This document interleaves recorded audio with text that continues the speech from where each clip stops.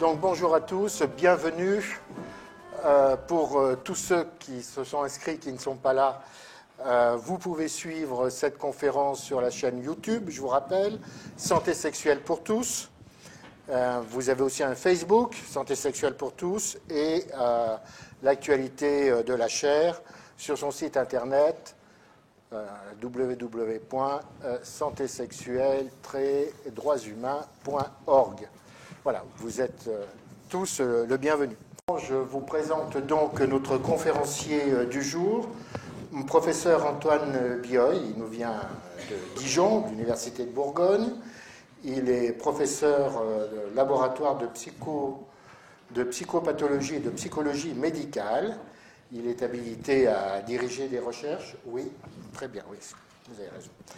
Habilité à diriger des recherches à l'Université de Bourgogne, notamment sur la thématique des approches en psychologie clinique, des douleurs chroniques et perspectives de l'hypnose à la lumière du modèle de l'analogie.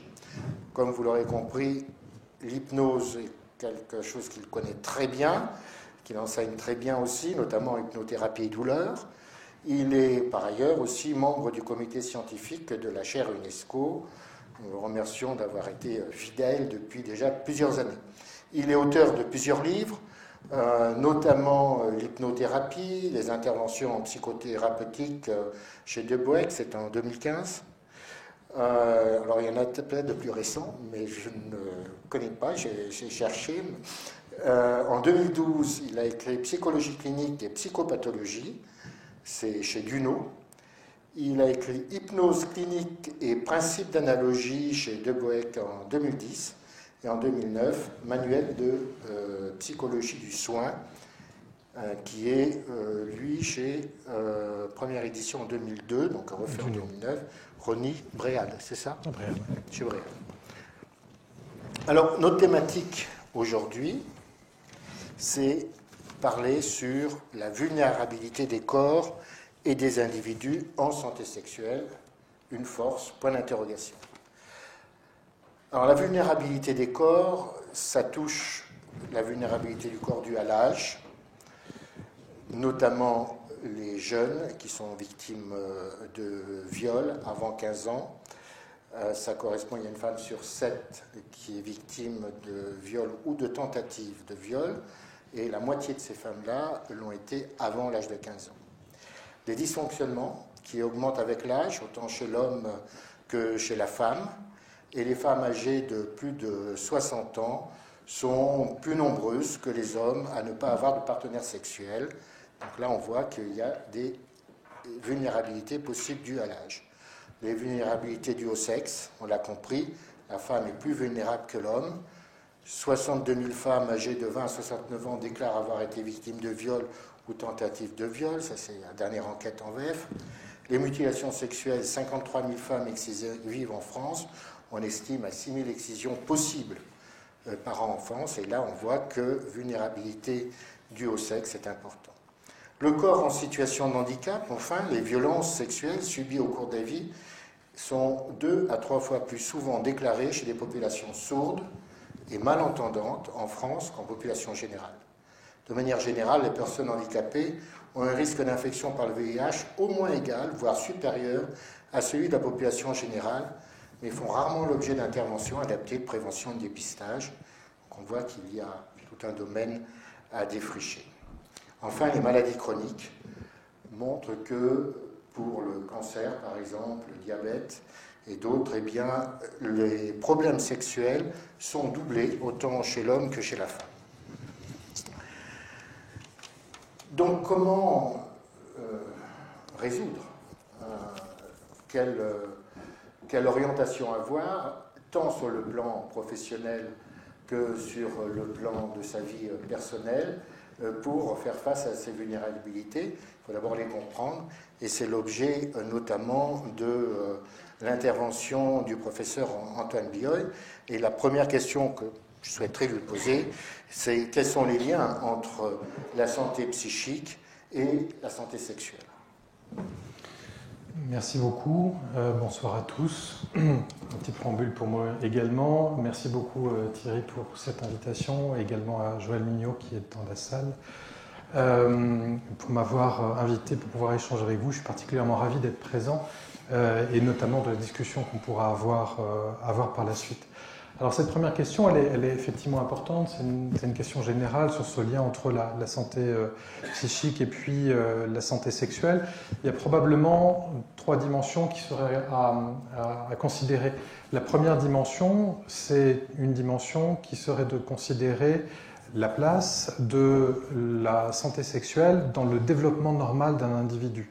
Et en particulier, et c'est ce que je vais m'attacher à pouvoir développer également par la suite au fur et à mesure des questions et des échanges que l'on aura, en particulier de montrer que cette dimension de la sexualité est tout à fait déterminante, c'est pas simplement importante, c'est déterminante dans la construction de personnalité identitaire d'un individu quel qu'il soit. Ce qui veut dire que la santé sexuelle va avoir une place tout à fait importante puisqu'elle intervient dans cette notion de construction, mais aussi la viabilité finalement psychologique d'un individu et la façon dont il peut évoluer dans sa vie.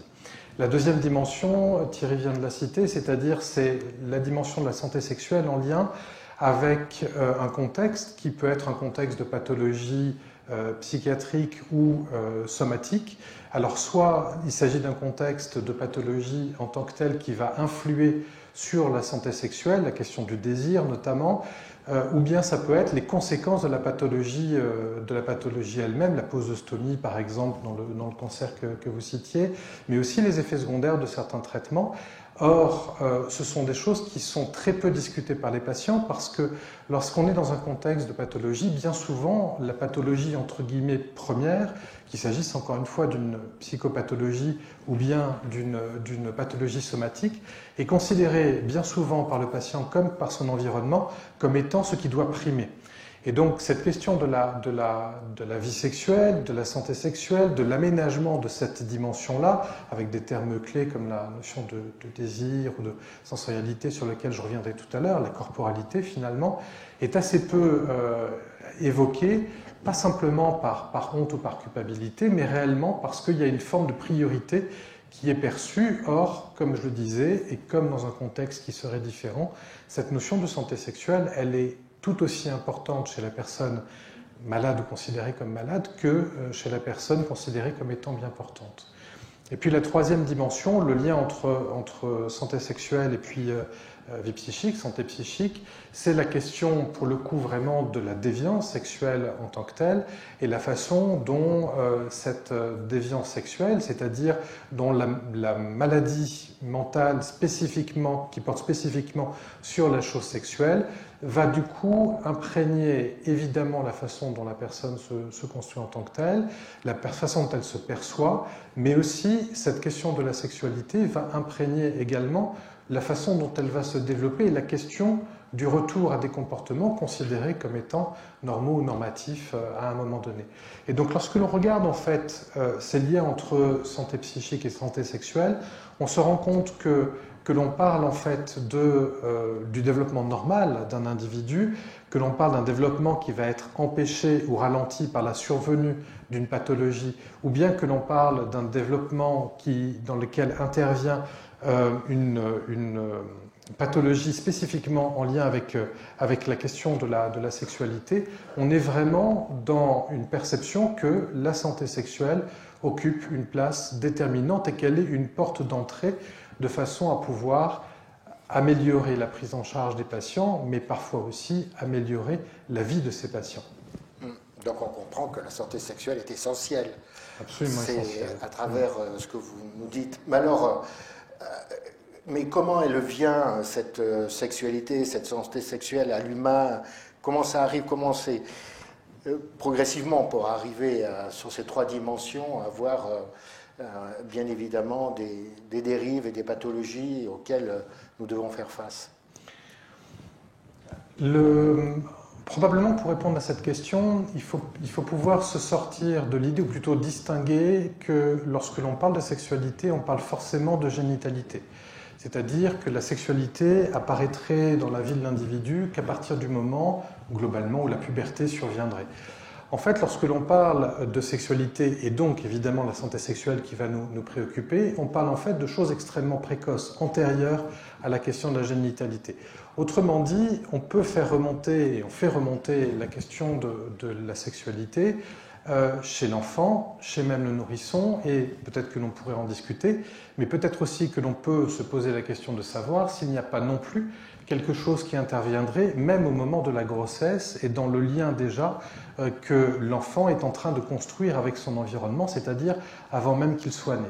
Donc le fait de dégager finalement la sexualité de la génitalité, en tout cas pour la penser complètement, fait qu'on va la situer dans la construction identitaire dès les premiers instants, et en particulier elle se situe directement avec cette question du corps dont je parlais tout à l'heure.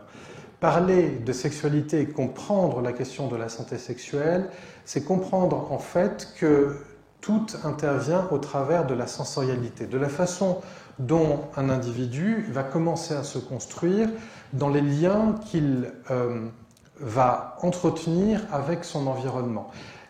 Ces liens-là, la perception de ces liens-là va apparaître, précisément je viens de dire le terme, dans la perception qu'il en a. C'est-à-dire que dès les premiers instants, la façon dont l'enfant, le nourrisson, perçoit son environnement, perçoit le corps de l'autre, commence à comprendre qu'il a un corps et qu'il a un corps qui est unifié, ça va venir progressivement, est déjà le premier niveau, la première base, la première trame sur laquelle va se construire la notion de sexualité et donc la notion de santé sexuelle. Donc on est vraiment dans quelque chose qui apparaît extrêmement tôt. Dès que le nourrisson perçoit son environnement, il entre dans un monde sexualisé au sens d'un monde qui est susceptible de lui apporter de la satisfaction et dont le lien qu'il va entretenir avec ce monde-là va lui apprendre aussi, d'une part, bien sûr, le contexte dans lequel il évolue, mais va lui permettre aussi de se donner des repères pour pouvoir se penser. C'est parce que le nourrisson, le petit enfant, l'enfant, a ses contacts avec l'extérieur, va apprendre quelle est la différence entre le milieu aérien, le milieu aquatique lorsque on le baigne, lorsque l'enfant va apprendre à faire la distinction entre une sonorité agréable, désagréable, les goûts qui vont venir également en bouche, ce sont ces notions de plaisir, de satisfaction, de quelque chose qui est acceptable pour moi ou quelque chose que je n'apprécie pas et qui peut être rejeté, que les bases de la notion de sexualité va pouvoir se construire petit à petit. Alors évidemment, il y a une prolongation, c'est-à-dire que tout ne se fait pas uniquement dans les premières années, et en particulier, il y a sans doute deux moments qui sont importants.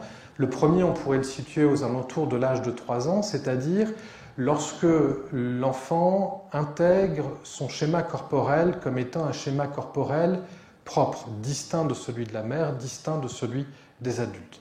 Ça se passe aux alentours de l'âge de 3 ans, où pour le coup, par exemple, le nourrisson se rend compte que lorsqu'il mordille ce qu'il pense être un hocher, mais qu'il ressent de la douleur, en fait, ce n'est pas un hocher qu'il est en train de mordiller, mais c'est le bout de sa jambe, c'est son pied, ou bien c'est une main. À partir de l'âge, aux alentours de 3 ans, l'enfant perçoit qu'il a un corps qui va être autonome. Et à partir de là, il peut effectivement se manifester comme étant en acceptation ou en opposition avec quelque chose qui provient de l'extérieur. C'est l'acquisition du nom et c'est la possibilité de dire « je tire satisfaction de quelque chose qui m'est donné par l'extérieur » ou bien « je refuse ce qui m'est donné par l'extérieur ou ce qui m'est proposé par l'extérieur parce que c'est source d'insatisfaction ou ça ne correspond pas à mon désir ou à la notion de plaisir à ce moment-là de la journée ou de ce que je suis en train de faire. » Donc c'est ce premier temps qui va être un premier temps assez important.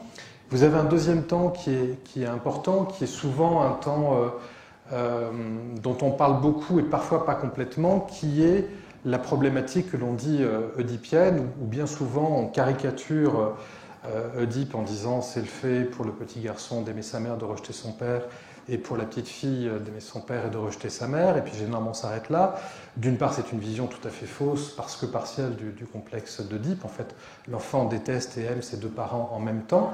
Mais surtout, ce qui va être intéressant, et dans le sujet qui nous préoccupe, c'est que c'est autour de cet âge-là, qui se situe globalement aux alentours de 4 ans et demi à 6 ans, selon évidemment le développement de l'enfant, que l'enfant non seulement sait qu'il a un corps qui est autonome, mais c'est autour en fait de cet âge-là qu'il fait l'acquisition de sa personnalité, et non seulement de sa personnalité, mais de son individualité. Autrement dit, dans cette ambivalence qu'il a émotionnelle, notamment au travers de ses parents, notamment, pas que les parents, mais notamment au travers de ses parents, et bien dans cette ambivalence-là émotionnelle, il acquiert une individualité, c'est-à-dire qu'il perçoit les premières bases de qui il est différent des autres, et qui il peut également affirmer être, c'est-à-dire de pouvoir affirmer ses premières valeurs. Il y a déjà 2 dimensions là qui sont importantes et qui vont intervenir évidemment dans la question de la santé sexuelle de façon plus large. C'est la question d'abord des émotions, de la notion de plaisir, de la notion de satisfaction, et puis c'est aussi cette possibilité d'être en relation avec l'autre. Et on ne peut pas parler de sexualité et on ne peut pas parler de santé sexuelle sans poser la question de la relation, et c'est sans doute l'un des apports majeurs de la psychologie à la question de la santé sexuelle. Peut-être une question, parce que quand vous me disiez que l'enfant a aussi des repères, on peut se poser cette question des remères aussi, et ensuite qui rentre dans cette seconde phase dès l'âge de 4 ans, 4 ans et demi jusqu'à 6 ans dans un système de relations. Est-ce que ça se construit différemment avec des couples monoparentaux, par exemple, deux parents du même sexe, ou des couples qui sont hétéronormés avec 2 personnes de sexe différent, parce que l'enfant va se construire donc dans le début de sa santé sexuelle différemment, et est-ce qu'il y aura des conséquences plus tard? Donc on va directement à la polémique. Ouais, voilà. Très bien. Un petit peu. Ok. Alors oui, il va se construire différemment parce que tous les enfants vont se construire différemment en fonction du type de parents qu'ils ont. Ça a été effectivement, c'est l'objet de polémiques et de longs débats sur lesquels je vais rentrer évidemment un peu plus avant. Je ne vais pas juste m'en sortir par cette pirouette. Actuellement, en 2017, il ne peut pas y avoir un spécialiste de la santé psychique qui puisse honnêtement dire que être élevé par une famille monoparentale, homoparentale, j'inclus également la question de l'adoption dedans, parce que ça a été beaucoup mêlé, comme je vais le dire aussi tout à l'heure, c'est-à-dire dans des familles qui sortent d'une forme de normativité et préjudiciable pour l'enfant. Ça a pu être pensé de façon dogmatique, on a maintenant suffisamment de recul pour pouvoir dire qu'on ne peut pas affirmer, on ne peut plus affirmer cette dimension-là. C'est-à-dire que on part vraiment de l'idée qu'il est important que l'enfant possède des modèles, mais en fait, ce sont des modèles au sens d'un patron de culture, c'est-à-dire de couture, pardon, j'ai fait un lapsus, un patron de couture, question de culture aussi qui intervient. C'est-à-dire, en fait, les modèles parentaux sont en fait des patrons de couture que l'on propose à l'enfant, avec la nécessité, quels que soient les modèles parentaux dont il dispose, que ces modèles parentaux soient suffisamment riches, ouverts et diversifiés pour qu'il puisse construire le vêtement qui va lui correspondre. Et en fait, l'idée générale, elle est là, c'est-à-dire quel que soit le couple parental ou le mode parental dont dispose l'enfant dans son cercle immédiat, il faut que cet environnement parental soit suffisamment riche et ouvert, c'est-à-dire propose des modes de pensée qui vont au-delà du modèle qui est proposé, pour que l'enfant puisse comprendre que, même si évidemment sa famille influence son développement, pour autant, le modèle qui lui est proposé n'est pas le modèle qu'on lui demande de suivre absolument. Et ça, c'est vraiment valable pour tous les modèles parentaux. À cette condition-là, un enfant a toutes les chances de bien se développer, encore une fois, quels que soient les modèles qu'on lui propose. Donc cette notion-là, elle est importante parce qu'elle situe qu'en termes de santé sexuelle, ça ne dépend pas de l'objectivité ou de la réalité de ce qui est proposé à l'enfant. Ce qui va permettre la construction d'un enfant, c'est en fait la pluralité des possibilités qui lui sont transmises par le monde des adultes, ou bien que le monde des adultes, si le monde des adultes ne souhaite pas endosser ce rôle-là, que le monde des adultes intègre l'idée que l'enfant, le préadolescent, l'adolescent aura la possibilité d'aller rechercher auprès d'autres modèles que celui qui était proposé une autre façon de pouvoir fonctionner.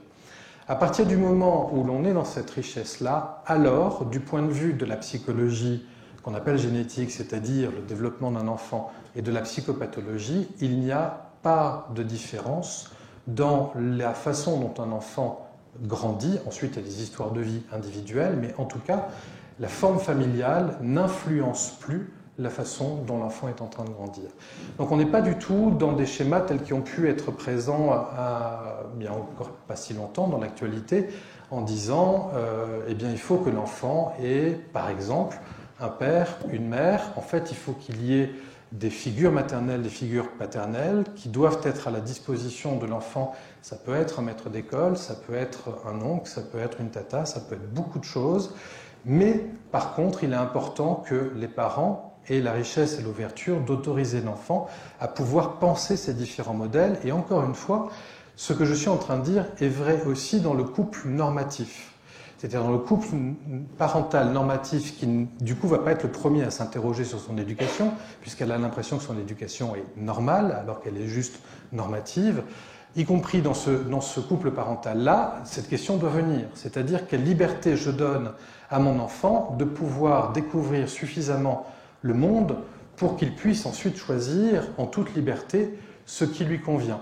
En toute liberté ne veut pas dire qu'il va tout essayer et que j'autorise mon fils, ma fille, mon enfant au sens large à avoir tous les comportements qu'il souhaite, mais en tout cas, je le plonge dans un bain d'expérience qui soit suffisamment divers pour qu'il ait la liberté de ne pas avoir à tout explorer s'il ne souhaite pas tout explorer. La liberté se mesure dans la capacité d'un individu à ne pas explorer, ne pas faire l'expérience de quelque chose dont il ne souhaite pas faire l'expérience. La liberté est vraiment là. Donc c'est vraiment au niveau de l'ouverture parentale que les choses vont se déployer. Toute la difficulté, pour continuer dans cette dimension-là et pour parler un peu de débats qui reviennent de façon cyclique dans la société, toute la difficulté, c'est qu'il est très compliqué d'avoir ce discours que je viens d'avoir, qui, du point de vue de la psychologie, est maintenant un discours qui est absolument établi, on a suffisamment de recul là-dessus. C'est très compliqué de l'avoir sans derrière avoir directement, on va dire, le gros paquet, c'est-à-dire la question de la famille, la question de la transmission biologique, la possibilité d'adopter, etc. Et c'est ce qui s'est fait notamment dans le débat en France avec le mariage pour tous, dans lequel la grosse difficulté n'a pas tellement été le mariage pour tous en tant que tel, c'est que n'avait pas été discutée au préalable la question de la famille. Comme ça a été dit en fait dans la question par Thierry Troussier juste avant, il ne s'agit pas simplement de parler d'une forme de famille que l'on considérait comme étant différente, et donc du coup il faudrait savoir si on l'accepte ou pas et à quelles conditions. Elle est que au XXIe siècle, la famille est une famille dans laquelle maintenant les familles recomposées sont légion, la place du divorce n'a pas du tout le même poids qu'il avait auparavant, qu'il y a énormément également de familles monoparentales, qu'il y a des familles bien sûr homoparentales, hétéroparentales également, et que se posait la question de savoir qu'est-ce que l'on appelle en 2015, 2016, 2017 une famille. Ce débat n'ayant pas eu lieu, tout a été porté sur la question du mariage pour tous et tout mélangé. C'est pour ça que je disais tout à l'heure aussi que de façon vraiment très curieuse et très choquante pour le psychologue que je suis, y compris d'ailleurs, la question de l'adoption avait été remise en cause. C'est-à-dire qu'on entendait également dans les débats plutôt restreindre la question de la filiation à uniquement la question de la filiation biologique. C'est-à-dire que l'adoption était également de nouveau considérée comme étant quelque chose qui était déviant. En quoi ça intervient lorsque l'on parle de santé sexuelle? Parce que, je le disais tout à l'heure, lorsque je définissais le rapport entre l'enfant et puis ses parents, et on pourra prolonger tout à l'heure aussi avec l'adolescence, mais là déjà l'enfant avec ses parents, je vous disais, finalement, on ne peut plus dire qu'un modèle parental va, parce qu'il est de tel type ou de tel autre type, de fait entraîner des problèmes chez l'enfant. Tous les développements sont singuliers et on sait maintenant que l'enfant est quand même suffisamment intelligent pour pouvoir s'adapter à ce qu'on lui propose, l'intelligence étant la capacité d'un individu à s'adapter à son environnement. Ça n'a rien à voir avec la connaissance, rien à voir avec le savoir. L'intelligence, c'est la capacité d'adaptation à un environnement quel qu'il est, et il se trouve que, déjà tout petit, on est suffisamment intelligent pour pouvoir le faire. Mais je vous disais par contre, ce que transmettent les parents en termes d'ouverture et de richesse va avoir une influence sur le développement de l'enfant. C'est-à-dire que malgré tout, l'enfant a besoin de repères. C'est un peu comme un pré, si vous voulez, un jardin. Il faut que l'enfant sache où sont les clôtures pour pouvoir explorer le jardin. S'il ne sait pas où est la clôture, il va évidemment rester dans sa petite base de sécurité. Et donc du coup, lorsque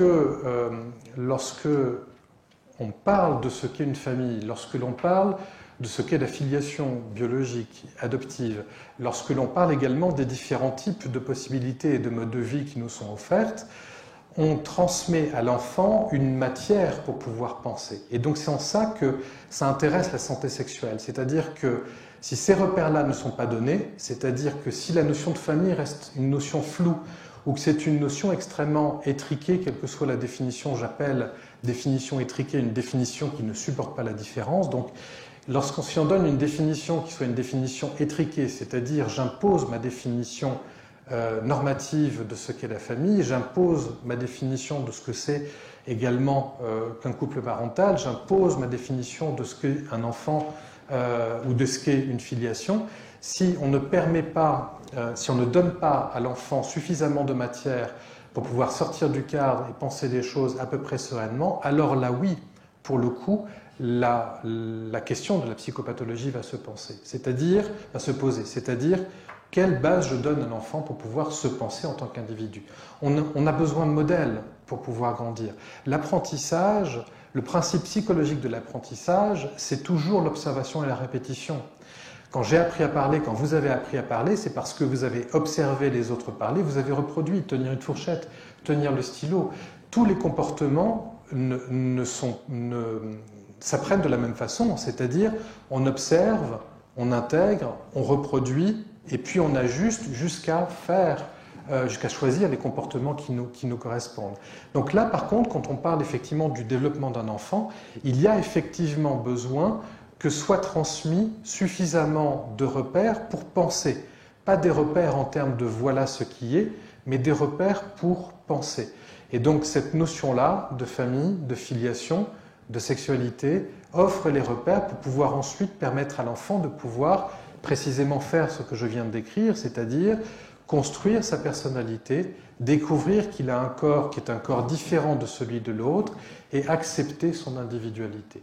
Et sans doute que le rôle de la famille, mais aussi de la société au sens large, c'est aussi une affaire politique bien sûr, et les affaires très souvent sont immédiatement politisées dans cette affaire-là, c'est justement de pouvoir offrir ces repères à l'enfant pour pouvoir bien se construire et penser ensuite ce qui va devenir sa santé sexuelle. Oui, c'est rassurant quand même, parce que ça agrandit... Moi, je trouve aussi. Oui, ça agrandit quand même la notion de famille. C'est moi ou... Non. Toutefois, on parle de corps et vulnérabilité. Penser la sexualité par rapport à des modèles autour de nous, parentaux et autres, puisque c'est au sens large, moi, peut me poser des questions par rapport au fait que dans certains cas, il y a peu de paroles autour de la sexualité. Notamment, comme je vous disais tout à l'heure, l'handicap est typiquement... la situation de handicap est typiquement une situation où il y a peu de paroles autour de la sexualité sur le plan média ou sur le plan personnel. Alors, est-ce que là, l'enfant qui va grandir va se construire différemment si par exemple il est dans une famille ou dans un entourage avec un handicap, ou si lui-même a un handicap de surdité, comme je disais par exemple tout à l'heure, où on montre que la vulnérabilité est importante et où il y a des problèmes sexuels auxquels il faut s'intéresser. Et l'éducation aussi. Quelqu'un qui est sourd, qui ne voit pas, l'éducation à la sexualité est différente. Comment se construit ou comment éviter la vulnérabilité? Je pense que je vais arrêter et parler plus fort. Comment se construit ce corps pour éviter cette vulnérabilité? Alors là aussi, quand on parle de handicap et du développement d'un enfant avec un handicap, quel qu'il soit, évidemment que l'influence parentale va être une influence importante. Le piège complet, je vous le donne, comme ça on sera d'accord là-dessus. Le piège, en fait, il est dans le déni. C'est-à-dire que si les parents élèvent l'enfant avec un handicap comme ils élèveraient un enfant sans handicap, on est à peu près sûr du devenir, de l'équilibre psychopathologique de cet enfant-là. C'est-à-dire que les repères qui lui seront transmis ne seront pas des repères qui correspondent à sa situation, à ce qu'il ressent de son corps, à la façon dont il perçoit son environnement. Et donc, le distinguo entre les deux va rapidement devenir problématique. Donc, le gros piège, c'est celui-ci. Ensuite, je vais mettre beaucoup de choses, en fait, sur le dos des parents et sur le dos de la société dans ma réponse. À partir du moment où les choses sont abordées avec autant de gêne que pour un enfant sans handicap, parce que c'est jamais simple pour un parent d'aborder ces questions-là avec son enfant, ou c'est rarement simple pour un parent d'aborder ces questions-là avec l'enfant, à partir du moment où il y a une forme comme ça de naturel, même difficile, pour pouvoir aborder ces questions-là avec l'enfant, l'enfant va avoir ces repères-là. C'est-à-dire qu'en fait, c'est pas tellement du côté de l'enfant que les choses vont se situer lorsque l'on parle notamment de la question du handicap, parce que, notamment si c'est un handicap qui est un handicap de naissance. En fait, on pourrait, sans doute qu'il faudrait moduler un peu si on parlait du handicap acquis, mais en tout cas, on pourrait en parler d'ailleurs. Mais pour le handicap de naissance, en fait, l'enfant n'a pas de point de comparaison en dehors de ce corps qu'il possède. C'est-à-dire que la façon dont il perçoit son environnement, dont il perçoit sa sensorialité, dont il se perçoit tout court, en fait, c'est son seul point de référence. Donc, la difficulté, elle est du côté des parents. C'est-à-dire, est-ce que je peux arriver à avoir suffisamment d'empathie pour pouvoir me mettre à la place de mon enfant, pour essayer de lui transmettre des repères qui vont lui permettre de pouvoir penser la question de la sensorialité, la question de la perception, la question de la corporalité, la question de la sexualité, de la façon dont tous ces ingrédients rentrent en ligne de compte dans sa personnalité. Est-ce que je vais être capable de me mettre suffisamment à sa place pour pouvoir lui transmettre cela ? En fait, c'est plus cette question-là. C'est pas tellement du côté de l'enfant, c'est de la façon dont les parents vont aborder des choses. Et ils vont les aborder de façon aussi mal que n'importe quel autre parent dans une autre forme de situation, parce que ce n'est jamais simple, évidemment, de l'aborder, quel que soit l'enfant et la situation dont on parle, mais va s'ajouter cette question de se mettre à la place de l'autre. Est-ce que j'accepte de me mettre à la place de l'autre et de pouvoir m'ouvrir à cette discussion-là ? Il y a un élément social qui va intervenir, qui est plutôt une hypothèse de travail, qui me suit dans différentes dimensions de recherche que l'on a et perspectives cliniques, notamment avec Florence Baruel, qui est également ici dans cette pièce, c'est la question de l'acceptation sociale de la vulnérabilité et de la faillibilité des corps, qui donne du coup une certaine acceptation de l'incertitude, de ce que je vais devenir, de comment je vais réagir aux événements. Mon hypothèse quand même, elle est que par rapport à ces questions dont on est en train de parler, il y a quand même globalement un refus de la société à accepter ce qui est de l'ordre de la vulnérabilité et de la faillibilité des corps. On ne veut pas le voir. Et que non seulement on ne veut pas le voir, mais la possibilité que quelqu'un qui a un corps faillible, objectivement faillible puisqu'il a un handicap, puisse se reproduire est doublement dérangeante. C'est-à-dire que lorsque l'on observe la façon dont actuellement notre société fonctionne, je vais vous donner un exemple qui là aussi est un exemple d'actualité, un terme que vous connaissez, le terme de burn-out. Le burn-out, dont je vous dis d'emblée que ça n'existe pas. Hein. Le burn-out est juste en fait une étiquette sociale que l'on donne que l'on met à certaines situations, dont la conséquence est toujours la même, écarter celui qui ne travaille plus suffisamment comme il devrait travailler de la société. Le burn-out a toujours cette conséquence-là. Le vrai burn-out, c'est-à-dire celui qui correspond vraiment à un épuisement professionnel avec une pathologie relationnelle. Donc vraiment, le burn-out, c'est quelque chose qui se construit sur plusieurs années, 10 ans, c'est la moyenne, et qui met entre 2 et 3 ans de prise en charge pour pouvoir être rétabli. Donc on n'est pas du tout dans cette notion de burn-out telle qu'elle est présentée par la société, mais qui est pour moi un bon exemple du fait, un symptôme finalement, de la société qui refuse la faillibilité de l'autre, qui refuse que l'autre, à un moment donné, ne soit pas aussi rentable, ne soit pas aussi efficace que les personnes qui sont dans une certaine normativité. Et donc, on met de côté, on ne veut pas voir. Et plus on avance, et plus la faillibilité de l'être devient un véritable tabou. C'est pas qu'une histoire de financière, hein, pour lequel on n'arrive pas à avoir les équipements pour personnes handicapées, etc. Hein. Avoir une visibilité des équipements pour handicapés veut dire aussi que l'on accepte le handicap de l'autre. Donc il n'y a pas qu'une histoire financière derrière cette notion-là. Et donc, par rapport à cette question de santé sexuelle, pour moi, il y a vraiment les deux aspects. Il y a à la fois la position du parent, qui est évidemment une fonction tout à fait difficile, une fonction de transmission tout à fait difficile, et qui va pour beaucoup se jouer dans la capacité pour le handicap, je ne dirais pas la même chose pour d'autres situations, mais qui pour le handicap va se jouer dans la capacité du parent à pouvoir se mettre à la place de l'autre, sans a priori, de façon à garder cette ouverture et cette richesse dont je parlais tout à l'heure, et finalement dans une forme de naturel de transmission, de gène de transmission à équivalence avec d'autres formes parentales telles qu'elles peuvent exister qui doivent transmettre à l'enfant quelque chose de l'ordre de son évolution et de qui il est. Et puis il y a une dimension sociale qui intervient. Pour moi c'est une hypothèse, mais il y a beaucoup de symptômes dans la société qui me font quand même affirmer cette hypothèse-là, qui est ce rejet de la faillibilité, ce rejet de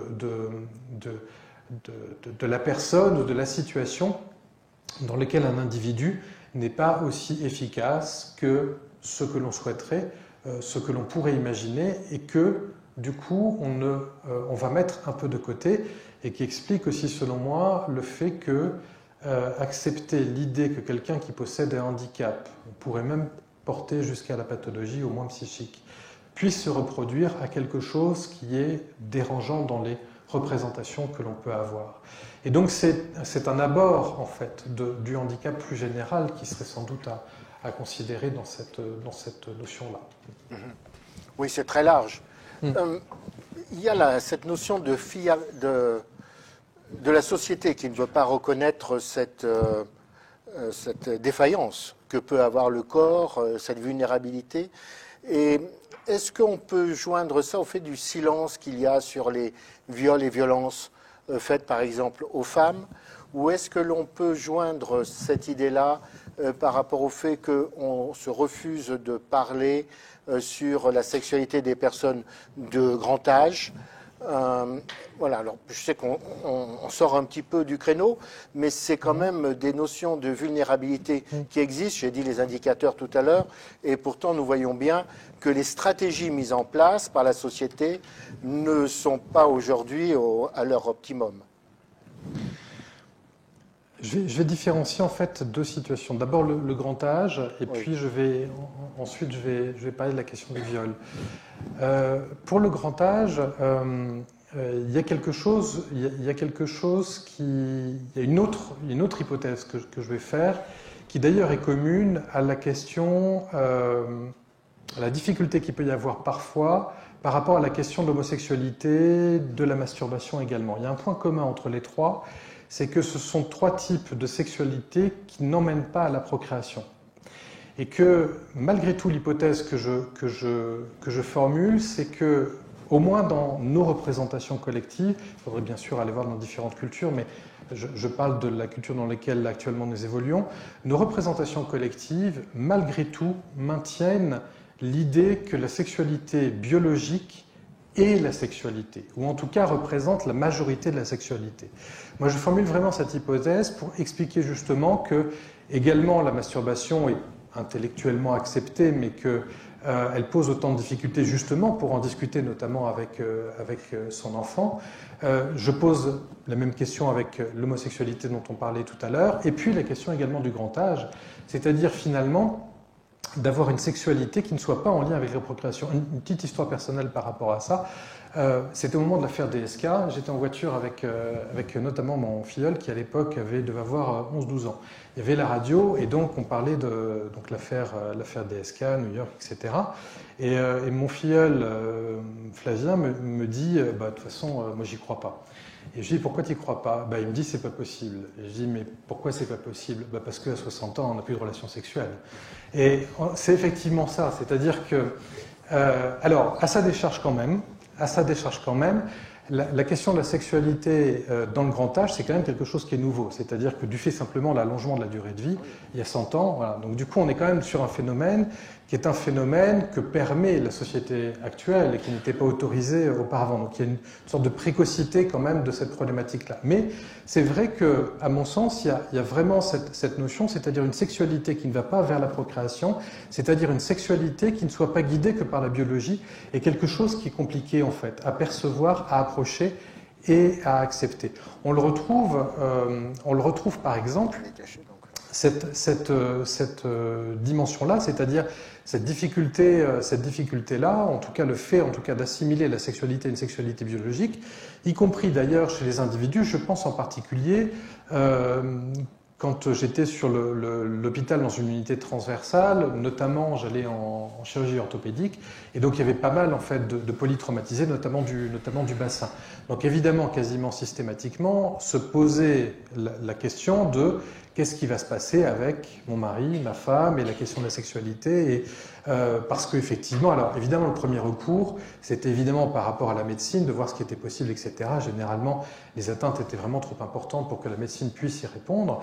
Et en fait, le point de butée était de ne pas arriver à penser une sexualité qui ne soit pas une sexualité uniquement biologique et évidemment reproductive, mais en tout cas où la biologie ne soit pas la première porte d'entrée lorsque l'on parlait de sexualité, d'évacuer en fait toutes les autres dimensions de la sexualité. Et c'est pour ça qu'à mon avis, notamment chez les personnes âgées, on attend de difficulté. Il y a à la fois une forme de précocité comme ça de cette possibilité qui est offerte, mais il y a aussi cette notion-là, c'est-à-dire une sexualité qui ne mène pas à la procréation est une sexualité qui finalement n'existe pas ou que je vais avoir du mal à intégrer dans mon schéma mental parce que il y a cette biologie qui occupe le devant de la scène de façon beaucoup plus importante et que finalement la notion de plaisir, la question de la volupté, la question de l'érotisation des corps sans forcément qu'il y ait une question de la procréation soit mise au premier plan. Pour la question du viol... Oui. Justement, les violences et les femmes. Donc ça voudrait dire que si la société cache des sexualités non procréatives, masturbation, homosexualité ou sexualité du grand âge, post-ménopause, ça favorise donc la vulnérabilité de l'individu, la vulnérabilité des corps et des conséquences que l'on a. C'est ce qu'on pourrait tirer comme conclusion de cette partie-là seulement. Hein. Oui. D'une sexualité cachée. On est tout à fait là-dedans, c'est-à-dire que je vais utiliser un gros mot, mais je crois qu'il est vraiment vrai dans ce cas de figure, on devient un monstre. C'est la figure du monstre en fait. Le monstre, c'est ce qui est différent de moi. À partir du moment où je n'obéis pas à une norme qui m'est proposée, à partir du moment où j'ai des comportements qui sont des comportements considérés comme impensables ou déviants, ce qui revient à peu près au même, je suis considéré comme un monstre, une figure du monstre, c'est-à-dire une sorte de chose qui n'est pas acceptable en tant que telle. Alors évidemment, il y a toujours la belle et la bête qui existent comme possibilité, mais c'est la figure du monstre. Et ça relie, à mon sens, votre question à votre point précédent, qui était la question du handicap. Cette figure du monstre, elle est pour moi liminaire à ces questions-là. C'est-à-dire que le handicapé, et je parle là effectivement moins du handicap sensoriel qui se voit moins, mais le handicapé physique ou mental dont le visage ou le corps va porter le handicapé est une figure du monstre. c'est-à-dire est une monstruosité au sens où il défie la nature. Il ne correspond pas à la loi de la biologie ou la place que je souhaite donner à la nature et à la biologie dans la façon dont j'intègre l'humain. D'accord. Sur la question de la violence... Ouais, et des femmes. Et des femmes... pourquoi des femmes d'ailleurs? Parce que là, c'est quand même oui, 10 fois plus de femmes qui ont de la violence que les hommes. Les mutilations sexuelles, c'est aussi une forme de violence subie par les enfants. Donc là, on est vraiment dans une vulnérabilité sexuée, je dirais. Et c'est intéressant parce qu'on en parle quand même, mais on agit. Est-ce qu'on agit de façon individuelle, de façon de santé publique, où on est? Et qu'est-ce qui gêne? Quel est le problème qui fait qu'on est au 7e plan de lutte contre les violences faites aux femmes et que nous n'avons toujours pas de baisse des indicateurs et que c'est toujours tabou? Alors, la réponse va forcément être une réponse complexe puisque la situation est complexe. Là aussi, je ferai sans doute une distinction entre, par exemple, la question des mutilations et puis la question de la violence, comme la violence conjugale, par exemple, où il y a malgré tout, même si ça paraît être dépensif, je vais paraître être un peu monothématique, mais il y aura toujours ce contentieux entre les hommes et les femmes que la femme a accès à quelque chose de l'ordre de la biologie auquel nous n'avons pas accès. Et que, à un moment donné, il peut y avoir la tentation déviante, mais il peut y avoir cette tentation de faire payer cet accès, là encore une fois, à la biologie perçue comme étant la norme, ce qui est en lien avec la façon dont l'humanité doit avancer, cet accès à une forme de biologie auquel nous n'avons pas accès. C'est une façon de rééquilibrer finalement, plus évidemment la question du désir et du fait de se prémunir de la question de savoir est-ce que je serai suffisamment complet, présent, dans une relation mutuellement satisfaisante à l'autre pour pouvoir donner du plaisir, on s'extrait de cette question-là en empêchant directement le plaisir de l'autre, notamment par les mutilations. Donc là, il me semble que l'on est dans quelque chose qui est de l'ordre d'une pulsion agressive, pure, première, d'une catégorie de l'humanité envers une autre catégorie de l'humanité. Et que tant qu'il y aura toujours ce complexe par rapport, me semble-t-il, beaucoup à la biologie, qui fera que certaines personnes ont besoin d'essayer de rééquilibrer la balance qu'ils perçoivent comme étant déséquilibrée, effectivement, ça paraîtra compliqué de changer les choses. Ensuite, ce qui est vrai, c'est que, et je suis plutôt sur le deuxième volet, c'est-à-dire les violences, par exemple, conjugales, ou la question à un moment donné du viol, de l'absence de consentement, premier, ou qui va intervenir à un moment donné de l'acte, c'est qu'en fait, il y a un vrai continuum entre pulsion sexuelle et violence, pulsion agressive. C'est-à-dire qu'en fait, ce n'est évidemment pas la même pulsion, ce n'est pas la même énergie psychique, mais en même temps, on est sur un même noyau. C'est-à-dire que la sexualité et la violence sont les deux faces d'une même pièce. On ne peut pas parler de l'un sans parler de l'autre. Toute la question, évidemment, c'est la question de la sublimation de cette violence. Autrement dit, comment est-ce que je peux transformer mon besoin de plaisir, mon accès à la satisfaction, sans avoir besoin d'être dans une brutalité sauvage, violente par rapport à l'autre. Autrement dit, quel est le compromis que je vais pouvoir dresser dans la situation telle que je le propose à l'autre, pour pouvoir faire en sorte que là où j'ai un désir de violence pour avoir accès à la notion de plaisir, eh bien, je vais proposer une scénarisation ludique qui va permettre de m'appuyer plus sur mes fantasmes que sur le plaisir de l'acte en tant que tel. Autrement dit, de puiser au moins autant de satisfaction dans une activité fantasmatique qui va accompagner l'acte sexuel que dans la façon dont la brutalité peut accompagner un comportement dans la réalité. Mais c'est bien deux faces d'une même pièce, en fait, sexualité et puis violence. On a d'ailleurs des images culturelles qui renvoient directement à ça. On peut prendre par exemple l'image, alors je pense à la corrida. La corrida est typiquement l'exemple d'image et de représentation culturelle qui mêle la sexualité et la violence, qui mêle la vie et la mort. Si vous voyez des images de corrida, il y a toute une esthétique derrière. Non seulement il y a une esthétique, mais une esthétique extrêmement érotisée de ces 20 minutes de corrida en tant que telle. On va le retrouver d'ailleurs par voie de conséquence, je pense notamment à 2 chanteuses sur la scène internationale. Vous pouvez prendre Madonna, sur la scène française francophone, vous pouvez prendre Mylène Farmer. Ce sont 2 artistes qui ont toutes les 2 construit, en tout cas une partie de leur carrière professionnelle, non seulement sur la question de la sexualité, mais sur la question de la sexualité en lien avec la violence.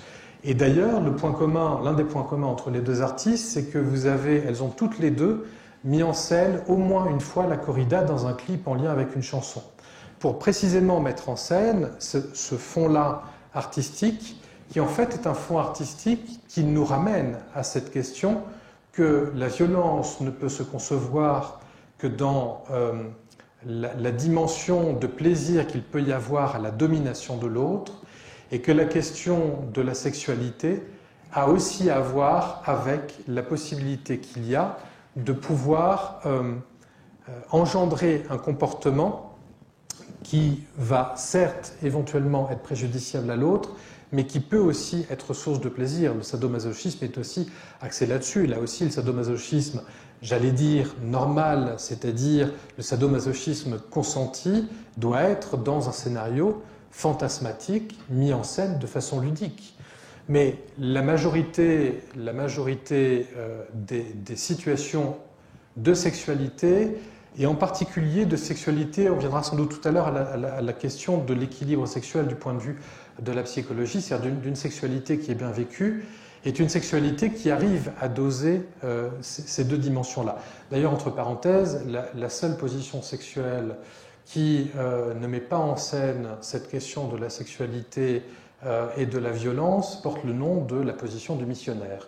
Donc il faut effectivement que la position du missionnaire, on est bien dans quelque chose qui, voilà, dans lequel il n'y a pas de rencontre pour qu'il n'y ait pas de violence, et en même temps on sanctuarise un petit peu l'acte en tant que tel. Mais il y a toujours un rapport de corps à corps qui fait intervenir le mouvement de l'un par rapport à l'autre, c'est-à-dire la base de l'un par rapport à l'autre, l'affirmation de l'un par rapport à l'autre. Et donc du coup, la question de la violence, qu'il s'agisse d'une violence conjugale, qu'il s'agisse de la question du viol, soit du viol direct, soit du viol qui intervient au décours d'une pratique sexuelle qui au début était consentie, qui ensuite était refusée par l'un des 2 partenaires, en fait ce passage-là est un passage qui est beaucoup plus naturel qu'on pourrait le penser.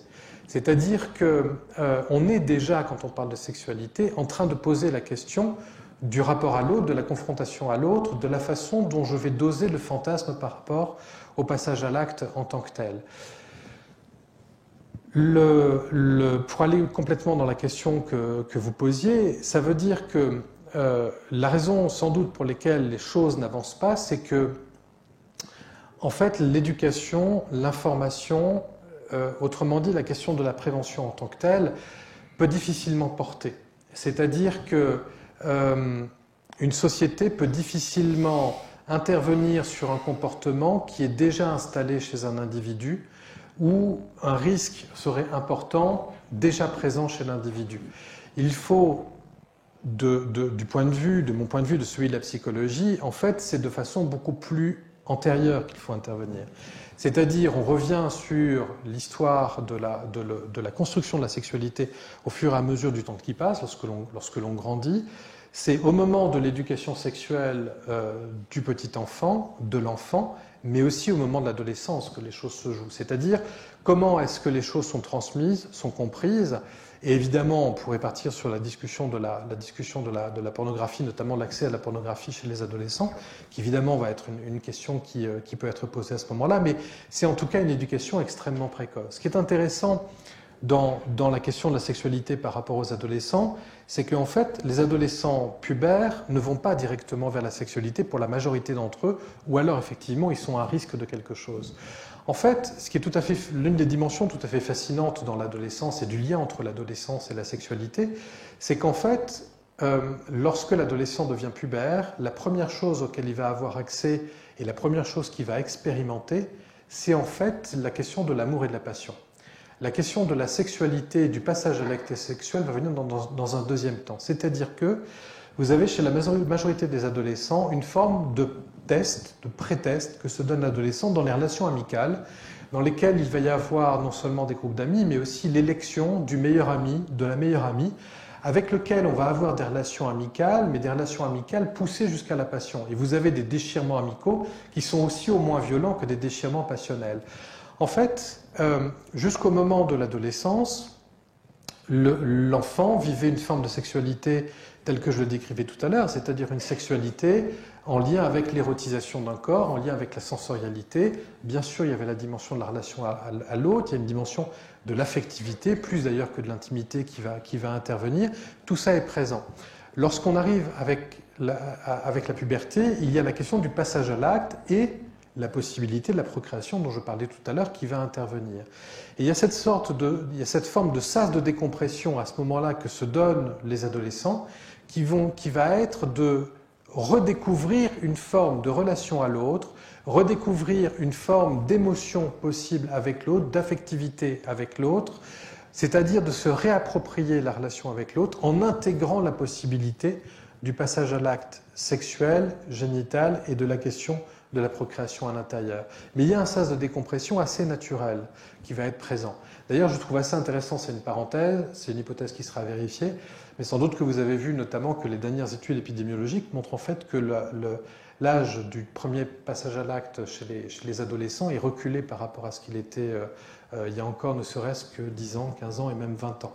Alors même qu'on pensait que l'accès à la pornographie, etc., allait faire que l'on allait avoir des comportements qui allaient être beaucoup plus précoces.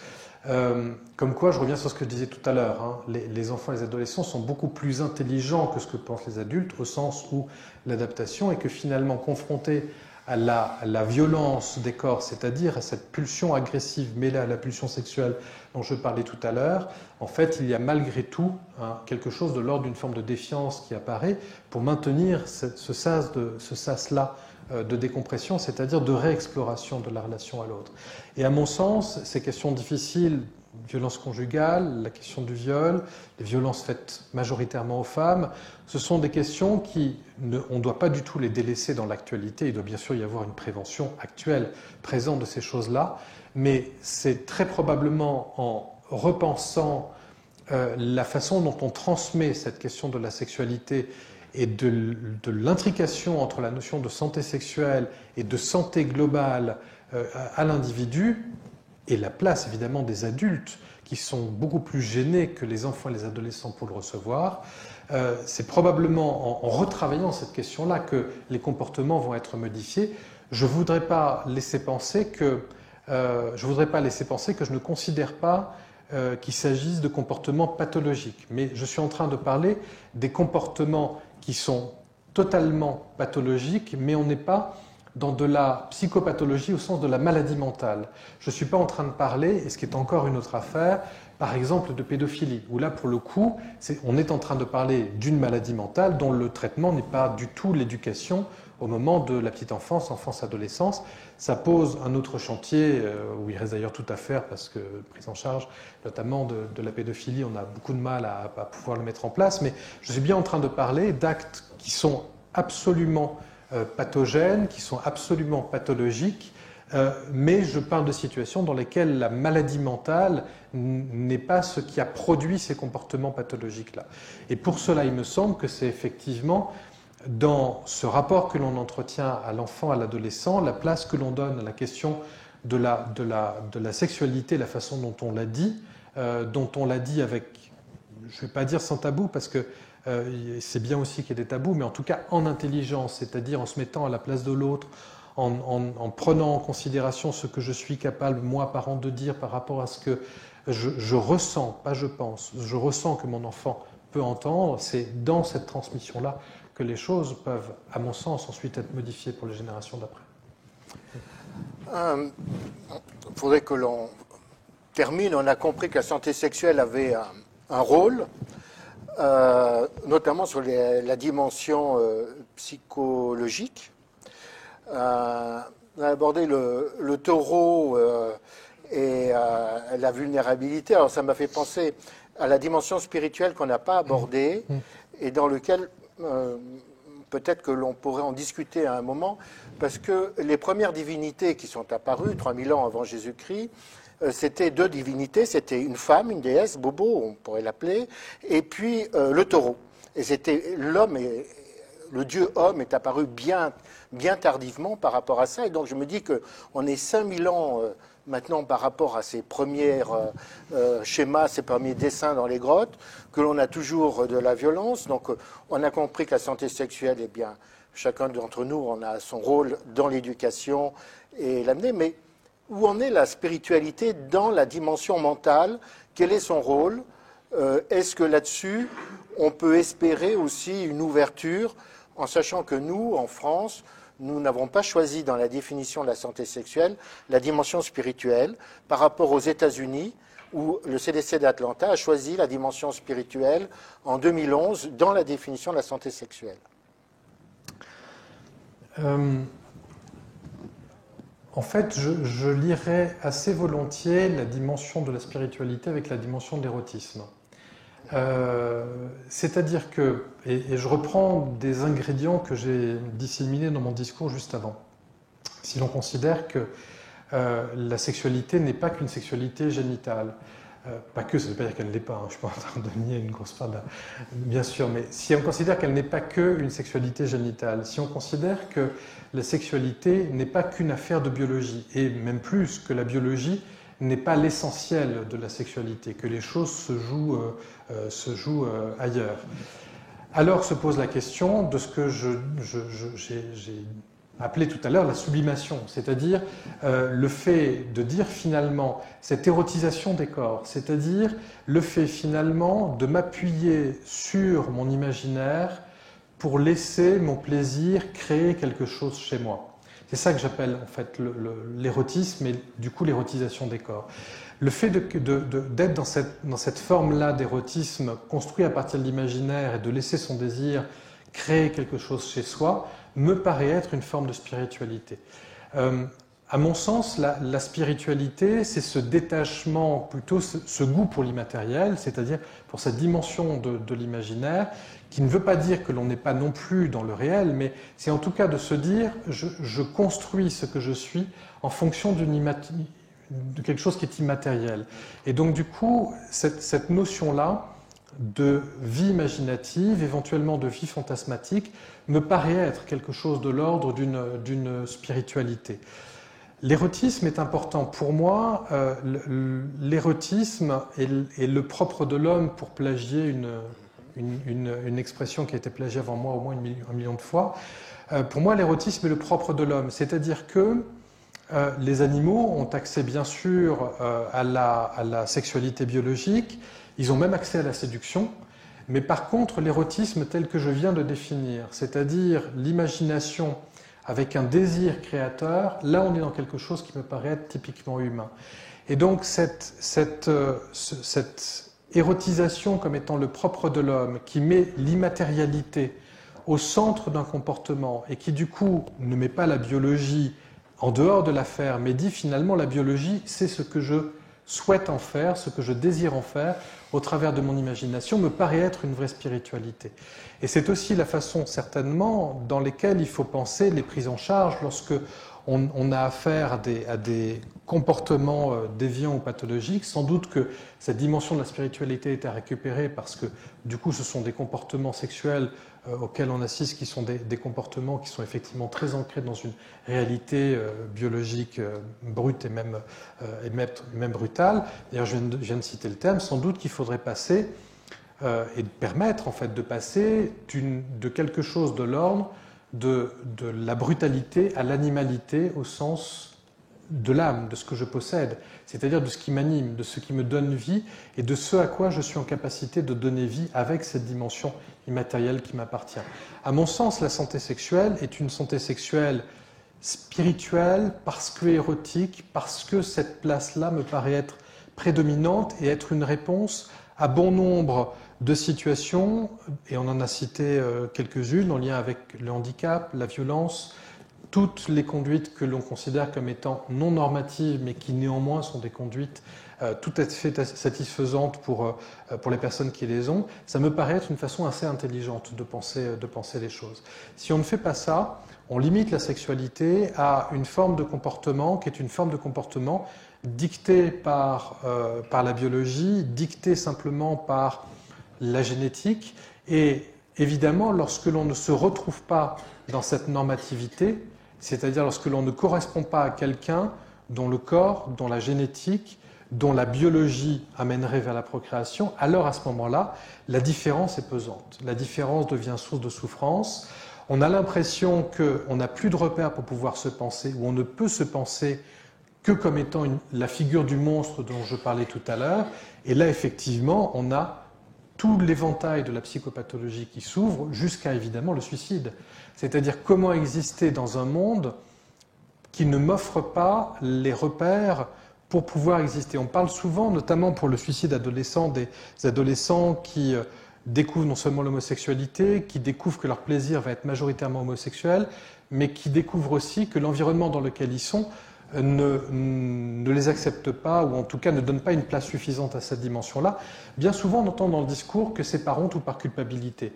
Moi, je pose plutôt l'essentiel. Il peut y avoir de la honte ou de la culpabilité, bien sûr, mais je pose l'hypothèse que c'est quelque chose de beaucoup plus premier que ça. C'est l'impossibilité donnée à ce jeune de pouvoir se penser en tant qu'individu et en tant qu'individu différent de l'autre. Et à partir du moment où ma différence ne peut pas être métabolisée, je peux choisir d'arrêter cette vie plutôt que d'incarner ce monstre que je n'ai pas envie d'être et que les autres n'ont pas non plus envie de voir.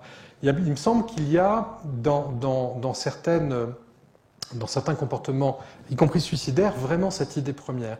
Mais même, j'allais dire, même dans les prises en charge de patients, je reste sur l'homosexualité, même dans les prises en charge de patients, c'est très frappant que j'ai en suivi thérapeutique, alors que ce soit des suivis des psychothérapies de couple ou qui viennent, il se trouve qu'ils sont homosexuels par ailleurs et qu'à un moment donné, ils me parlent de leur sexualité et de leur vie de couple. Je dis d'ailleurs très souvent à mes étudiants à l'université, vous ne connaîtrez jamais votre patient tant qu'il ne vous aura pas parlé de sa sexualité, parce qu'il y a quelque chose de très pur, on ne peut pas tricher en fait avec sa sexualité.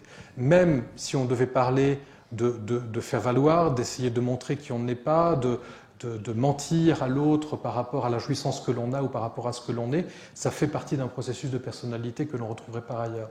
La sexualité ne permet pas de mentir à soi ou avec l'autre, ou alors c'est que ça fait déjà partie de nous.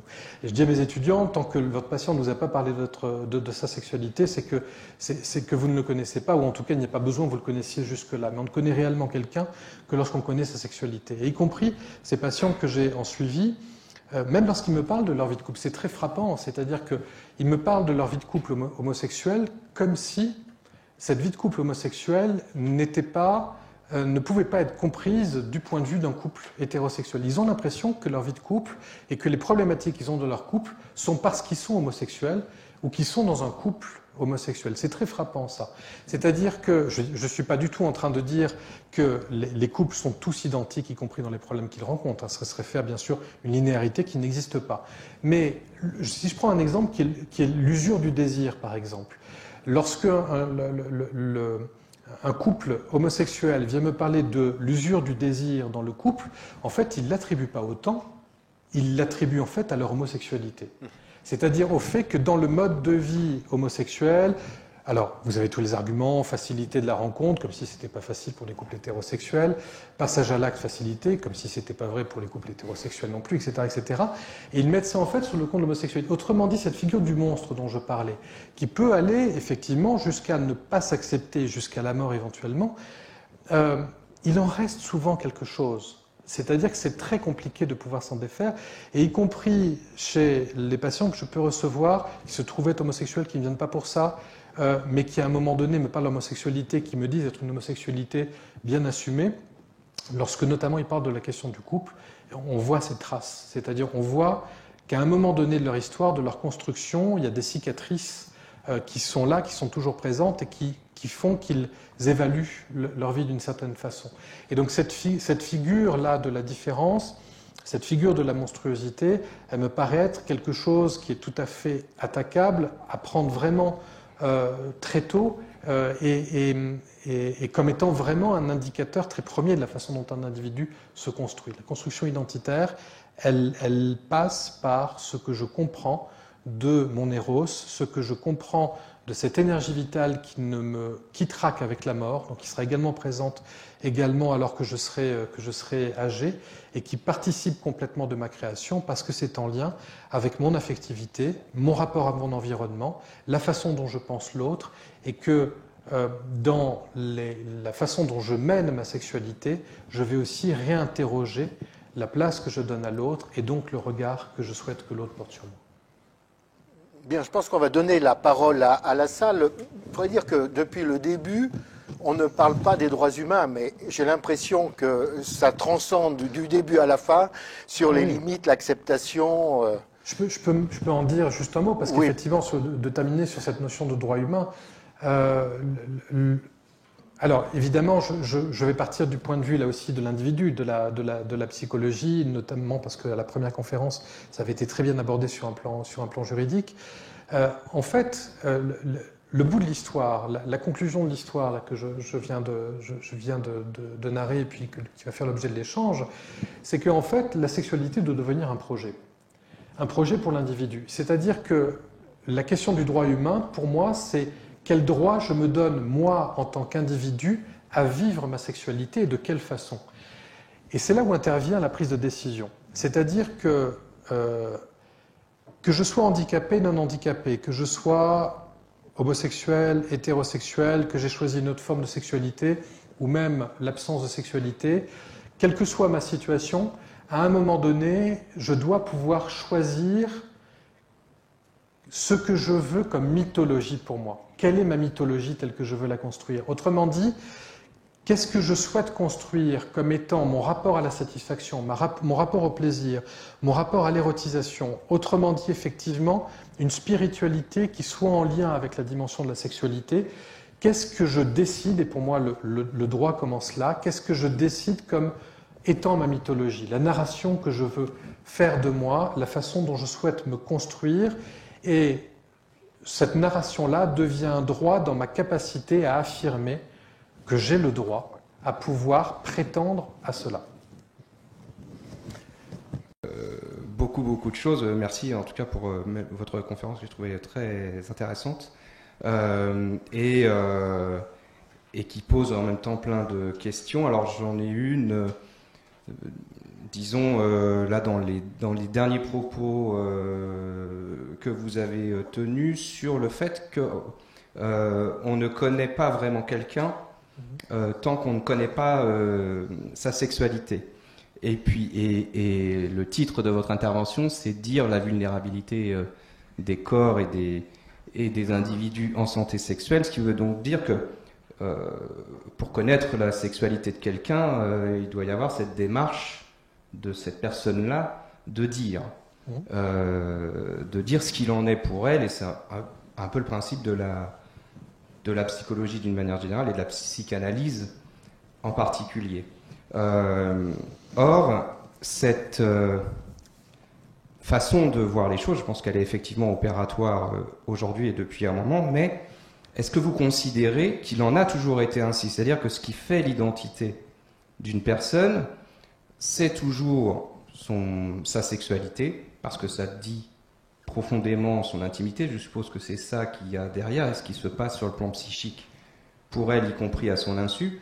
Est-ce que vous considérez que c'est de tout temps, ou est-ce que vous considérez que c'est dans notre culture? Et si je vous pose cette question, c'est parce que je pense notamment à ce qu'a pu dire Michel Foucault sur ces questions-là, où pour lui, ça se met vraiment en place au XIXe siècle, cette affaire.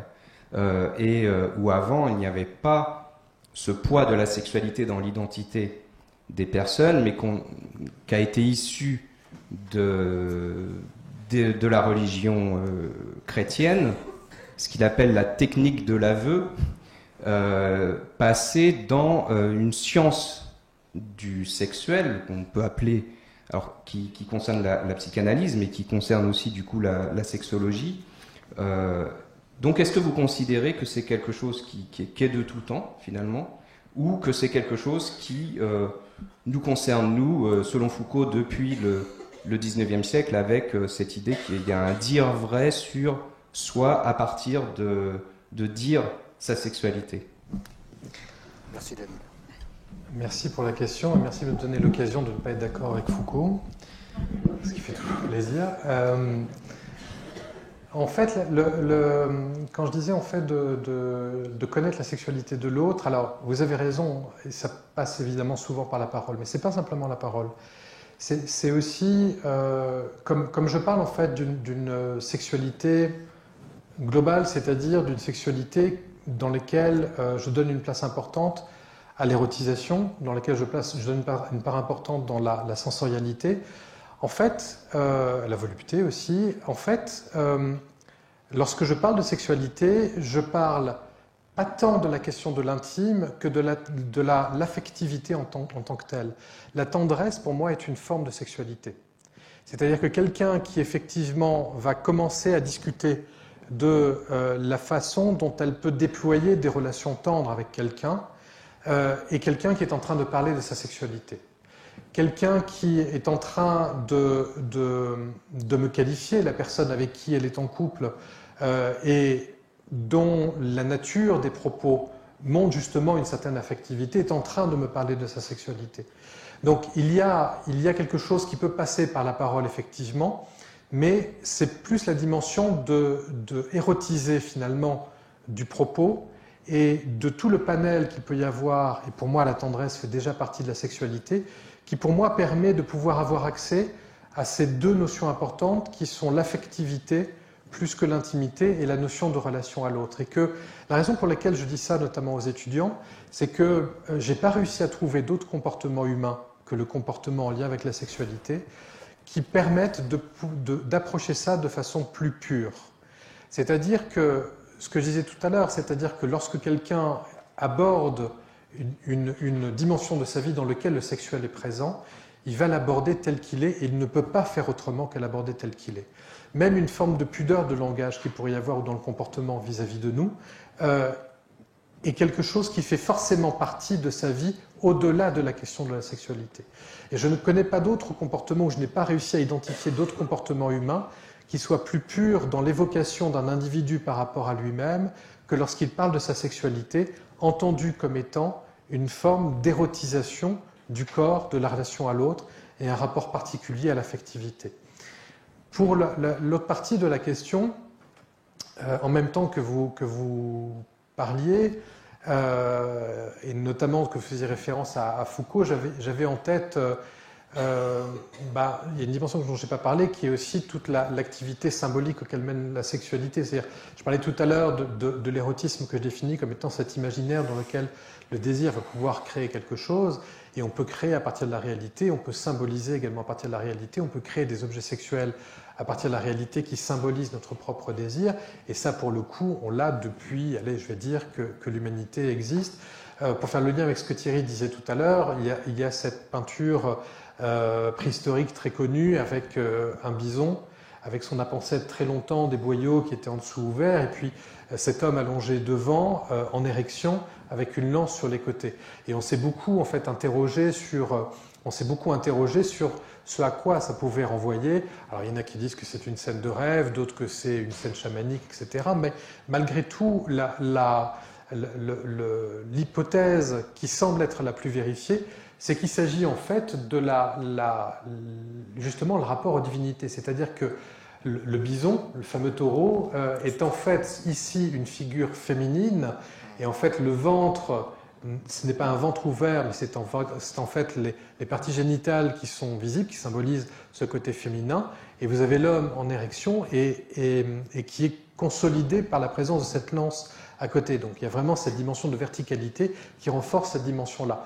Autrement dit, ce qui peut-être a évolué et qui est plus présent sans doute à partir éventuellement du 19e, me semble pas tant être les questions dont on parle qui, à mon sens, ont été présentes depuis le début, et le fait de dire sa sexualité, le fait d'avoir accès à l'érotisation, le fait de pouvoir symboliser son érotisme paraît être quelque chose d'aussi ancien que l'humanité, mais peut-être qu'il y a quelque chose de caché, c'est-à-dire qu'il y a une invisibilité, éventuellement une pudeur imposée par les religions ou autres qui a pu apparaître plus récemment, mais les processus dont je parle, à mon sens, me paraissent des processus beaucoup plus anciens, et que la façon dont également une personne avait de pouvoir se définir était de pouvoir se définir au travers de cette activité érotique. Là, je pensais, le petit temps de délai dans ma parole était parce que je suis en train de penser à la poésie aussi, et notamment la poésie au Moyen-Âge, dans lesquelles il y avait beaucoup cette dimension également érotique, sexuelle, mais qui définissait les individus dont il était question. Donc c'est des questions effectivement tout à fait passionnantes, mais effectivement je parle de sexualité au sens large, et s'il doit y avoir quelque chose de plus récent d'apparu, moi je mettrais plutôt ça sur le compte d'une forme d'invisibilité, plus ou moins décidée par la société, en tout cas par la nôtre, plus que comme étant des processus qui seraient des processus plus actuels, ou qu'une activité de dire ou de ne pas dire qui serait plus actuelle. Merci. Est-ce qu'il y a encore une question? Joël, merci de venir. Mon cher Antoine, d'abord merci d'être là. Je connais depuis très longtemps, on travaille ensemble aussi depuis très longtemps, on est des vieux briscards de l'hypnose tous les deux. Moi, c'est le titre qui m'a beaucoup interrogée, parce qu'en fait, je vais me positionner en tant que clinicienne. Les patients, quand ils arrivent, c'est parce que justement cette vulnérabilité, ils la vivent non pas comme une force, mais comme une énorme faiblesse. Donc je voulais un petit peu parler de cette position du clinicien, et notamment dans tout ce qu'on a évoqué sur le « connais-toi toi-même ». Parce qu'on a beaucoup parlé de connaître la sexualité de l'autre, mais moi j'ai aussi, d'ailleurs je travaille beaucoup là-dessus avec l'hypnose, sur le « connais-toi toi-même sexuellement ». Les patients qui arrivent vers nous, en général, ne se connaissent pas. Et tout le travail que nous avons à faire avec eux, c'est de les aider, dans un premier temps, déjà, à se connaître. Et ce rôle du thérapeute, du sexologue, ou du conseiller aussi, parce qu'effectivement, il y a peut-être des degrés, mais en tout cas, ce connais-toi toi-même sexuellement me semble important, avant même de parler du connais-toi, essaye de connaître l'autre. Voilà, je voulais simplement te poser cette question. Merci Joël. Alors, je fais le lien avec ce que je disais tout à l'heure. Je pense qu'effectivement, quand on sera arrivé, c'est-à-dire quand les travaux de la chaire auront la place qu'elles méritent d'avoir complètement, et qu'on sera arrivé à une intégration de cette question de la santé sexuelle dans le développement très précoce, enfant, adolescent, accepté par la société, etc. Effectivement, pour moi, le connais-toi toi-même sera tellement une évidence que du coup, il faudra qu'on se reconvertisse, qu'on fasse autre chose. C'est-à-dire que c'est effectivement parce que cela n'est pas donné ou cela est mal donné, c'est-à-dire qu'il manque ces repères dont je parlais tout à l'heure pour pouvoir penser son identité, et que du coup, effectivement, ils ne se connaissent tellement pas que, sans doute Joël a la même expérience que moi, que parfois le fait de leur demander aux patients de dessiner finalement la biologie, l'anatomie de leur sexualité, c'est-à-dire vos organes génitaux, ils sont faits comment, on a parfois de grosses surprises, y compris la représentation de son anatomie, de sa fonctionnalité, de sa physiologie, et donc de ce qui va autoriser une forme de plaisir, bien que je disais tout à l'heure que ce n'était pas pour moi le plaisir central, mais d'autoriser ce plaisir-là, et va être déjà parasité, parce que en fait, ce n'est pas vu. Ce n'est pas vu, alors on pourrait aller loin aussi, ce n'est pas vu non plus parce qu'on est dans une société qui est de plus en plus urbanisée, donc on achète tous notre poulet, notre lapin, enfin de moins en moins puisque on tourne tous végétariens, mais on achète tous nos produits déjà morts, déjà déplumés, déjà on ne sait pas l'intériorité. C'est-à-dire qu'il y avait aussi avant une transmission qui était une transmission par l'anatomie de l'animal, et qui on n'a plus du tout en fait, on achète déjà tous les produits qui sont déjà vidés, etc. Donc Effectivement, il y a une forme parfois de pudeur sociale à aborder ça, et l'observation qu'il pouvait y avoir indirecte, notamment par la préparation des animaux lorsque on les préparait pour manger, etc., n'est plus présente non plus. Et donc c'est vrai qu'y compris dans la représentation, il y a quelque chose qui est parasité. Donc ce connais-toi toi-même, il est effectivement très important, bien souvent la première étape, et effectivement cette dimension de vulnérabilité n'est généralement pas la dimension avec laquelle les patients, enfin c'est plutôt la dimension avec laquelle les patients viennent, et la notion de force en fait est une notion qui va rester à construire pour les personnes qui viennent consulter. Pour être tout à fait raccord avec ce que je disais tout à l'heure, Tu veux que je passe j'en ai pas parlé en fait. Si, là, tu en parles beaucoup, là. Montre-le alors. Voilà. Je trouve que cette représentation... C'est la seule diapositive que j'avais prévu en dehors de passer. C'est vrai que je l'ai prévu dans un autre contexte, j'avais complètement oublié. C'est l'origine de la guerre d'Orlan, 89 si ma mémoire est bonne, que je trouve absolument superbe dans l'analogie bien sûr avec l'origine du monde. Enfin, je trouve qu'il y a tout d'un coup un mouvement artistique absolument génial pour moi dans ce tableau-là. Et donc effectivement avec cette anatomie qui tout d'un coup se montre et qui en fait j'aurais pu vous le passer au moment où je parlais du lien entre sexualité et violence, parce que le thème de ce tableau, enfin le titre du tableau, c'est l'origine de la guerre, porté par le phallus bien sûr. Et donc du coup, je trouve que ce tableau illustre aussi très bien cette dimension-là. Et donc effectivement, cette visibilité du corps, de l'anatomie, est quelque chose qui est de moins en moins présent, ou alors c'est présent de façon tout à fait déviée, justement par la pornographie dont je parlais tout à l'heure, l'esthétique des campagnes publicitaires, des mannequins, etc. Donc, je ne l'ai pas précisé, mais évidemment, ce qui fait partie de la normativité aussi, quand on parle de sexualité en termes de normativité, il faut évidemment être beau, être bronzé, être en bonne santé, voilà, il faut évidemment avoir tous ces qualificatifs-là. C'est bien sûr à ça que l'on va se comparer. Et donc le connais-toi toi-même, effectivement, il n'est pas là présent d'emblée, il va y avoir besoin de le construire en tant que tel. Pour ma part, et sans doute que Joël le travaille en partie comme ça, mais elle a beaucoup plus d'expérience que moi dans ce domaine-là, je le travaille par la sensorialité. C'est vraiment le lien dont je parlais tout à l'heure, c'est-à-dire, alors beaucoup par la cuisine, et là pour le coup c'est un lien avec Joël, ça c'est sûr, c'est-à-dire on travaille beaucoup avec les odeurs, on travaille beaucoup avec une façon de manger, on travaille beaucoup au travers de cette dimension-là, mais pas que. C'est aussi travailler avec les patients sur la sensorialité avec laquelle ils observent le monde. C'est le fait d'aller se balader pour aller se balader, pour observer. Moi, je leur dis, par exemple, mon cabinet est sur Paris, je leur dis, mais quand vous allez sortir, d'une part, vous n'allez pas prendre le chemin que vous prenez d'habitude pour repartir, et je vous demande en fait de lever le nez et observer les toits de Paris. C'est ça la sensorialité, c'est-à-dire c'est s'ouvrir à ça. Observez, regardez, émerveillez-vous de ce que vous voyez. Et cette sensorialité-là est une sensorialité qui vient nous construire. La notion de force, pour moi, faire de la vulnérabilité des corps une force, c'est que pour moi, les corps sont aussi fragiles que la vie elle-même. Mais parce que le corps est fragile, il est aussi malléable. On peut aussi en jouer de ce corps-là. C'est-à-dire que la fragilité du corps nous donne aussi la possibilité de l'habiller d'une certaine façon. On peut parfois également le masquer d'une certaine façon. On peut parfois également mettre des bijoux pour lui donner une certaine connotation. On peut mettre des tatouages, etc. C'est un corps qui est malléable. On peut le travailler. C'est un corps qui est malléable parce qu'il est fragile. Et travailler la force derrière la fragilité est apporté pour moi dans le travail autour de la sensorialité. C'est-à-dire accepter ce corps dans sa fragilité parce que la fragilité en fait un matériau malléable. Et comment voulez-vous rendre ce matériau-là qui est votre corporalité et de le travailler au travers de la sensorialité pour acquérir cette dernière notion qui est une certaine spiritualité à propos de ce qui est présent, de ce qui nous définit, de ce qui est notre interface avec les autres et le monde, mais ce qui nous nourrit aussi, qui est cette corporalité. Merci Antoine. On peut te retrouver aussi dans le livre Santé sexuelle et droits humains, un enjeu pour l'humanité, qui a été coordonné par Joël Mignot et moi-même, avec de nombreux auteurs qui interviennent notamment dans nos conférences.